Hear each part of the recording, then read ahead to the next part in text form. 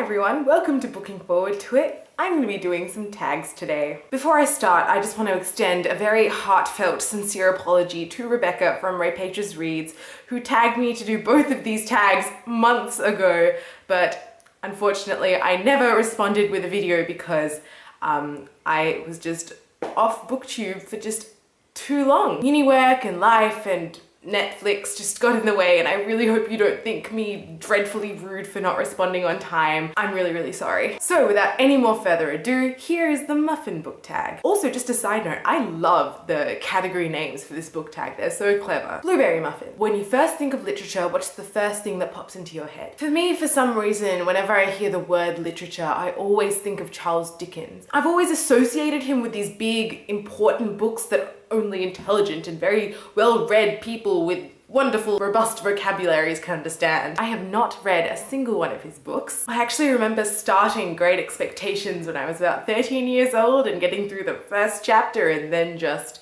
never going back to it since. English muffin.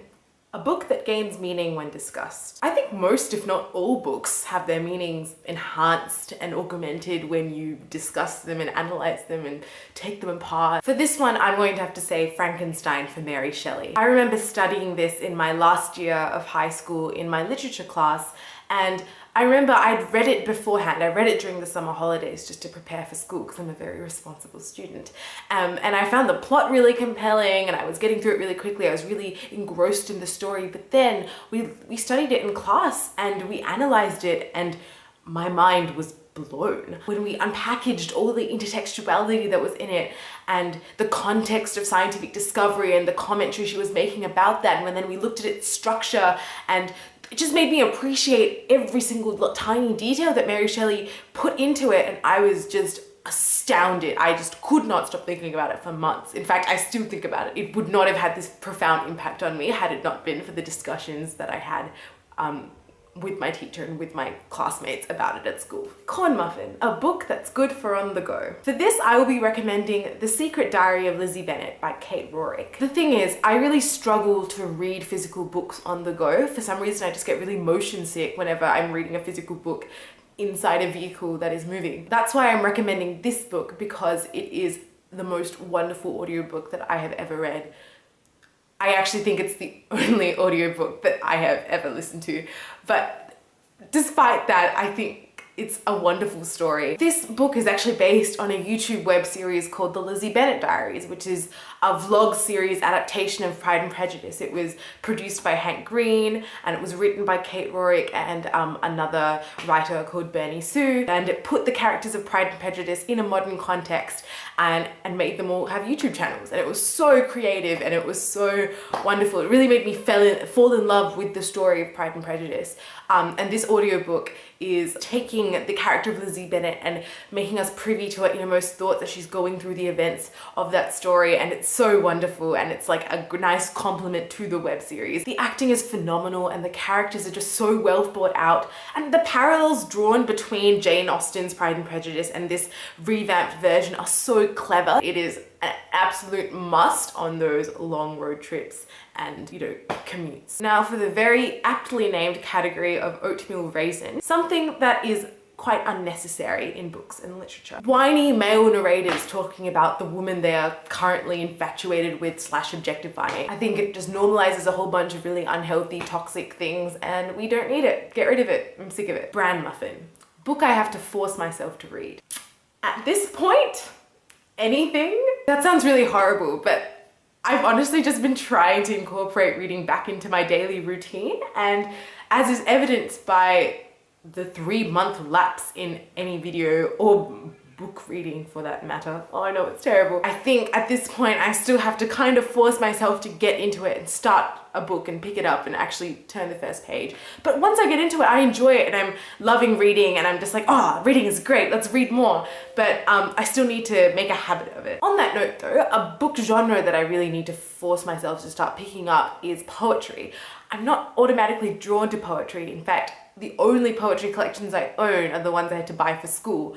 I've got one by Gwen Harwood and one by T.S. Eliot, and that's it. But coming on BookTube, I've been exposed to so many different kinds of poetry, and I'm quite intrigued and quite excited to start now, so I should really make an effort and really just go out and get a collection or borrow a collection from someone. Cranberry Orange, two characters from two different works who would work well together. I honestly think I would love all the Jane Austen heroines coming together, having a party and just wreaking havoc. I think that would be so fun to read because they all have such different personalities.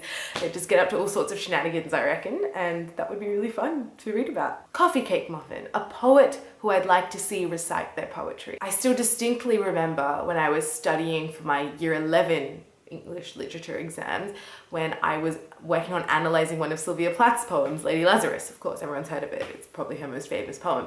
But I was like so in love with this poem that instead of probably writing an essay on it, I was just Googling readings of this poem and watching them over and over again. And I found a recording of Sylvia Plath reading this poem, and it was just her voice, and I was haunted. Her voice just has a way with like turning over those words and mulling them over and just, you know, and it's goosebumps,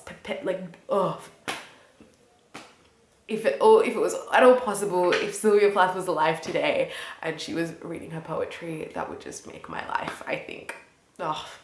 Stunning. The Crofin, a work of short French literature. For this category, I'll be talking about a poem by Jacques Prévert called Déjeuner du matin. We actually looked at it in a university class. I've picked up French since starting uni, and in this class we were just looking at it for its use of like some tense it was using. It was so simple, yet so effective and so impactful.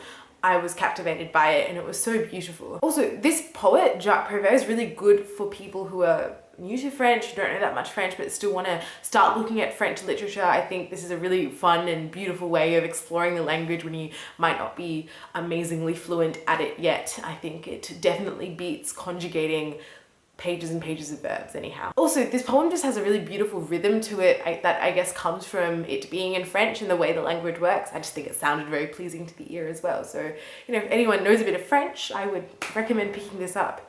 Whew, it's very hoity-toity, just you should read this French poem. What's my favorite muffin? Apple cinnamon. I think it's wintry but decadent and comforting, but it also has fruit in it so I can maintain some facade of eating healthy when really I'm just eating an apple pie in cake form, which is ideal in any situation, I reckon. And finally, for this tag, Drury Lane, I would like to tag Jasmine from Jasmine's Reads to do this video. I think in her channel, she's always doing really fun, interesting tags that are really creative and really cool to watch. I think I'd really love to see her spin on this tag.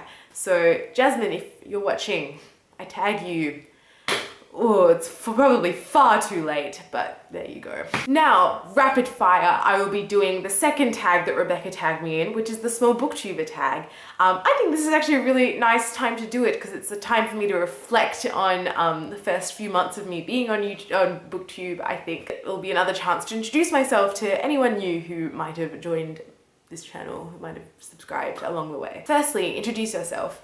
Hello, my name is Madu. Welcome to my very humble booktube channel. I read anything and everything. I love theatre and I love puns. And as was astutely guessed by Rebecca, I am doing pre-med. That's crazy. I don't know how you knew that. I am loving it, even though the workload is slowly crushing me. What videos do I make? None, apparently, if you look at the past few months. But of the very short list of videos that I've already uploaded, I make book review videos and wrap-up videos and just talking about books that I want to read and why. I'd also really like to do more fun tags like these. I think they're a really great way of talking about books in a new way and having interesting discussions about reading. I'd also like to focus more on the theatre side of things. I love drama. I want to read more plays, talk about more plays.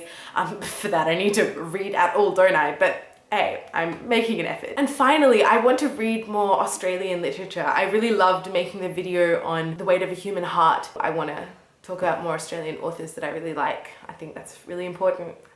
Sharing the Aussie love, as I am Australian. What do I love about BookTube? Interacting with you guys in the comments. Just the discussions I have with people in the comments. Like, it sounds so cheesy, but like, it is you guys commenting that just makes this all so worthwhile, because it's all about the community and the lovely people I'm meeting. So thank you so much for being there, and despite the sporadic nature of this channel. What's my favorite video that I've made? I'm going to have to say my latest video, which was, I think, just a reading wrap-up, reading update kind of video. Talking about the books that I'd read recently, I felt like I was making progress on my reading, and then 3 months passed and I've probably read like 2 pages in total in that time. Thank you so much for watching this very hectic video if you made it this far. Anyone who wants to make this video who has a channel, who considers himself a small booktuber, is more than welcome to. And if you do end up making a video about your small booktube channel, please let me know in the comments. I'd love to watch and hear your stories and hear what you have to say. Thanks again for watching, and I'll see you all super duper soon.